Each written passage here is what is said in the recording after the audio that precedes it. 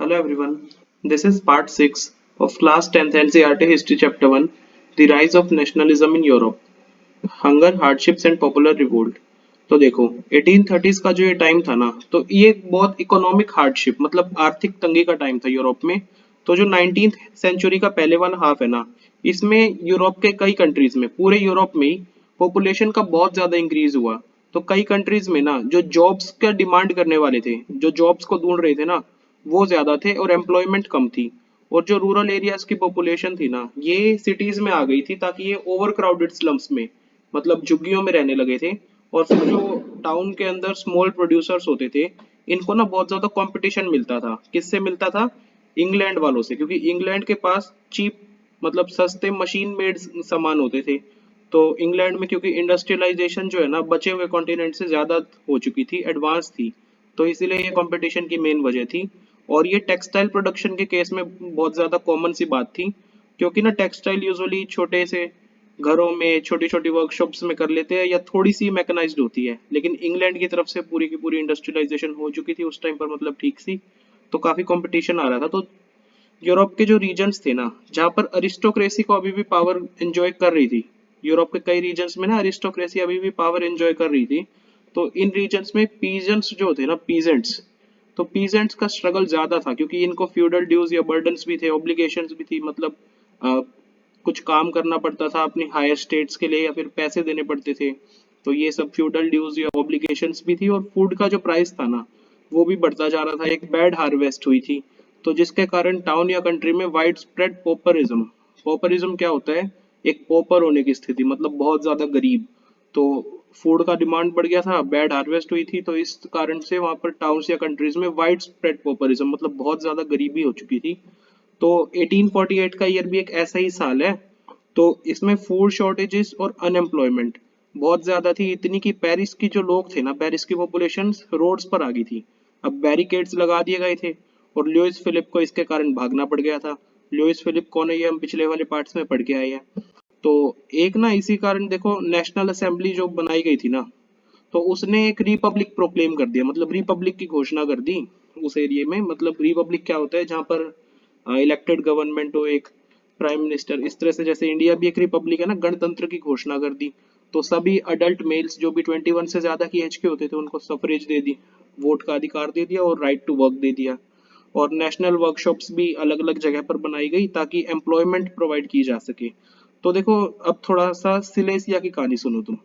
1845 से में ना थोड़ा सा क्या हुआ था, जो सिलेसिया के वीवर्स होते थे ना, बुनकर लोग, उन्होंने एक रिवोल्ट की थी कंट्रैक्टर्स के अगेंस्ट।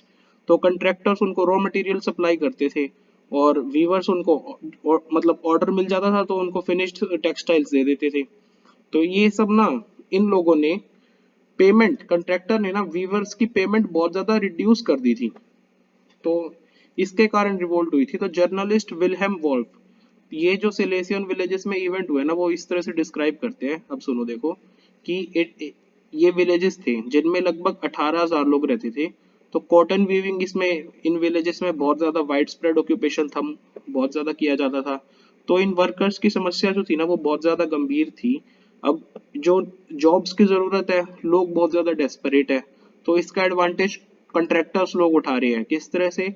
वो ना गुड्स का प्राइस कम किए जा रहे हैं, जो भी वो ऑर्डर करते हैं तो उसका कम प्राइस कर देते हैं। तो हुआ क्या, 4 जून को 2 बजे एक लार्ज क्राउड, वीवर्स का लार्ज क्राउड ना, अपने घर से निकल गया और और झुंड में मार्च करने लग गया था कंट्रैक्टर की मैंशन की तरफ, कंट्रैक्टर के घर की तरफ। एक हायर वेज, ज्यादा पैसों की डिमांड में, एक अच्छी दिहाड़ी की डिमांड में। तो उनको थ्रेट्स भी मिले, उनको तिरस्कार भी मिला। तो ये सब होने के बाद ना, वीवर्स के ये ग्रुप ने ना मैंशन में घुस गया, मतलब घर के अंदर चला गया। तो उसकी जो सुंदर एलिगेंट विंडोज थी, शीशे तोड़ दिए, फर्नीचर तोड़ दिया, चीनी मिट्टी के बर्तन हो वो सब तोड़ दिए। एक ग्रुप स्टोर हाउस में घुस गया, वहां पे जो क्लोथ की सप्लाईज थी सभी लूट ली और फिर फाड़ दिए। ये सब काम करने लग गए। तो कंट्रैक्टर को एक नेबरिंग विलेज में भागना पड़ गया, लेकिन उन्होंने भी कंट्रैक्टर को शेल्टर नहीं दिया, नहीं रहने दिया, शरण नहीं दी। तो 24 घंटे बाद कंट्रैक्टर ना आर्मी के साथ लौटा और फिर आर्मी मैन ने, आर्मी वालों ने 11 वीवर्स को गोली मार दी। तो ये सब सिलेसियन विलेज की स्टोरी हो गई। अब देखो 1848, the revolution of the liberals. तो पुअर लोग भी रिवोल्ट कर रहे थे, अनएम्प्लॉयड या फिर स्टार्विंग पीजेंट्स, ये सब रिवोल्ट्स तो चल ही रही थी वर्कर्स की भी कई यूरोपियन कंट्रीज में 1848 में। एक साथ ही साथ रेवोल्यूशन ना एजुकेटेड मिडिल क्लास की भी चलती जा रही थी। फरवरी 1848 के जो इवेंट्स हुए थे फ्रांस में, इसके कारण देखो मोनार्क ने तो अपना पद त्याग दिया था। अब एक रिपब्लिक बन गया था जिसमें यूनिवर्सल मेल सफरेज थी, मतलब कि मेल को अधिकार मिल गया है वोट का सारा, फीमेल को नहीं है, मेल को है। तो यूरोप के दूसरे पार्ट्स में क्या हुआ, वहां पर इंडिपेंडेंट नेशन स्टेट्स अभी एग्जिस्ट नहीं करते। किन पार्ट्स में, जर्मनी में, इटली में, पोलैंड में, ऑस्ट्रो हंगेरियन एम्पायर में। तो इधर जो many women liberal middle class के हैं, उन्होंने डिमांड शुरू कर दी कॉन्स्टिट्यूशनलिज्म की। नेशनल यूनिफिकेशन के साथ कॉन्स्टिट्यूशनलिज्म होना चाहिए, मतलब कि हम सबका एक नेशन स्टेट बनाओ, कॉन्स्टिट्यूशन दो, इस तरह की डिमांड शुरू कर दी। तो ये जो लोग थे ना, इन्होंने ये जो डिमांड्स हो रही थी ना नेशन स्टेट की, पार्लियामेंट्री प्रिंसिपल्स पे बेस्ड एक नेशन स्टेट हो, एक कॉन्स्टिट्यूशन हो, प्रेस को फ्रीडम हो या फिर फ्रीडम ऑफ एसोसिएशन हो, इस सब की एक एडवांटेज यूज कर ली साथ ही साथ। तो ये रिवोल्ट इस तरह से अनरेस्ट सा बनता गया। जर्मन रीजन्स में जो काफी सारी पॉलिटिकल एसोसिएशंस थी ना, जिनके मेंबर्स मिडिल क्लास प्रोफेशनल्स हो गए, बिजनेसमैन हो गए या फिर प्रोस्पेरस आर्टिसंस, मतलब कि अच्छे कारीगर हो गए, ये सब फ्रैंकफर्ट में साथ आ गए। फ्रैंकफर्ट ये एक शहर है, इसमें साथ आ गए और उन्होंने डिसाइड किया कि वो ना एक जर्मन नेशनल असेंबली के लिए वोट करेंगे। तो 18 मई 1848 को ना 831 831 इलेक्टेड रिप्रेजेंटेटिव्स जो है ना, उन्होंने एक साथ मार्च किया फ्रैंकफर्ट के पार्लियामेंट की तरफ, जो कि चर्च ऑफ सेंट पॉल में बुलाया गया था। तो उन्होंने एक कॉन्स्टिट्यूशन ड्राफ्ट किया जर्मन नेशन के लिए। तो उस कॉन्स्टिट्यूशन के अकॉर्डिंग एक मोनार्क उसको हेड कर रहा होगा, मतलब मोनार्क उसके ऊपर होएगा, हेड उसको मोनार्क करेगा, लेकिन वो भी पार्लियामेंट को सब्जेक्ट होएगा, मतलब पार्लियामेंट के अधीन ही होएगा। तो जब डेप्यूटीज ने ना ये सब कंडीशंस के साथ प्रूशिया के किंग फ्राइडरिच विलियम फोर को ये सब टर्म्स के साथ देने को तैयार हुए ना, तो फ्राइडरिच विलियम फोर ने ये सब रिजेक्ट कर दिया। और जो दूसरे मोनार्क्स थे, प्रूशिया का मोनार्क था ये, अब उसने दूसरे मोनार्क के साथ ज्वाइन कर लिया ताकि वो इस तरह की इलेक्टेड असेंबली को अपोज कर सके। तो अब देखो, ये तो हो गया उस मोनार्क का केस। अब देखो ये जो असेंबली थी ना, तो इस तरह के पार्लियामेंट में अरिस्टोक्रेसी और मिलिट्री का जो ओपोजिशन आ रहा था ना, वो स्ट्रॉन्ग आ रहा था। अरिस्टोक्रेट्स भी अपोज कर रहे थे क्योंकि ये मिडिल क्लास ने बनाया था, मिलिट्री का भी पोजीशन था। तो पार्लियामेंट का एक तरह से जो सामाजिक आधार था ना, वो हिलसा गया। पार्लियामेंट को मिडिल क्लास डोमिनेट कर रहा था, तो ये मिडिल क्लास भी वर्कर्स और आर्टिसंस की डिमांड नहीं मान रहे थे, उसको रेजिस्ट कर रहे थे। तो इधर इस पार्लियामेंट में से इन्होंने भी सपोर्ट हटा लिया, वर्कर्स और आर्टिसंस ने। अब लास्ट में क्या हुआ, थोड़ा ये कमजोर पड़ गया पार्लियामेंट, तो ट्रूप्स आ गए, सैनिक आ गए और फिर फाइनली इस असेंबली को डिसबैंड ही कर दिया, हटा ही दिया। तो ये जो इश्यूज थे ना कि पॉलिटिकल राइट्स वुमेन के लिए बढ़ाओ, तो ये भी लिबरल मूवमेंट का एक कंट्रोवर्शियल टॉपिक था, जिसमें काफी सारी वुमेन्स पार्टिसिपेट कर रही थी कि हमको भी अधिकार चाहिए।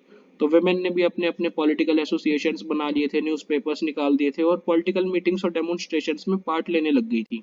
अब इतने के बावजूद भी ना उनको सफरेज राइट्स नहीं मिल रहे थे, मतलब वोटिंग का अधिकार नहीं मिल रहा था कि आप असेंबली के इलेक्शंस में वोट कर पाओ। तो जो ये फ्रैंकफर्ट का parliament church of Saint Paul में बुलाया गया था ना, तो इसमें विमेन्स को सिर्फ ऑब्जर्वर्स की तरह एडमिट किया था, ऑब्जर्वर्स की तरह आने दिया था कि आप सिर्फ विजिटर्स गैलरी में खड़ी होकर देख लो सब कुछ। तो देखो कंजर्वेटिव फोर्सेस जो थी ना, वो 1848 के लिबरल मूवमेंट्स को सप्रेस करने में, दबाने में तो सक्षम थी, लेकिन ओल्ड ऑर्डर वापस नहीं ला सकती थी। जो पहले का ऑर्डर होता था ना, monarch, higher state, lower state, ये सब। तो मोनार्क्स जो है ना, उस टाइम पर उन्होंने भी ये रियलाइज करना शुरू कर दिया था कि ये जो इस तरह से रेवोल्यूशंस चलती जा रही है और रिप्रेशंस, विद्रोह चलते जा रही है, इनको खत्म किस तरह किया जा सकता है। इसको ना खत्म करने के लिए एक काम करेंगे कि लिबरल नेशनलिस्ट रेवोल्यूशनरीज जितने भी है ना, उनको थोड़े कंसेशंस दे देंगे, कुछ बातें उनकी मान लेंगे, इस तरह से ही खत्म करेंगे। तो फाइनली 1848 के बाद के ईयर्स में ना, जो ऑटोक्रेटिक मोनार्कीज थी सेंट्रल और ईस्टर्न यूरोप की, इन्होंने चेंजेस लाने शुरू कर दिए। वो चेंजेस लाए जो कि वेस्टर्न यूरोप में 1815 से पहले ही हो चुके। तो इसीलिए देखो सर्फडम, मतलब सर्फडम भी हम पहले पढ़ाए है, बॉन्डेड लेबर, बंधुआ मजदूरी, इस तरह की चीजें हैब्सबर्ग डोमिनियंस थे ना, और जो रशिया थी उनमें से हटा दी गई। अब हैब्सबर्ग के जो रूलर्स थे, इन्होंने ज्यादा ऑटोनॉमी दे दी हंगेरियंस को 1867 में। तो इसी के साथ हम ये वाला पार्ट खत्म करते हैं। चैप्टर के आगे का हिस्सा हम सब्सिक्वेंट पार्ट्स में करेंगे। Thank you.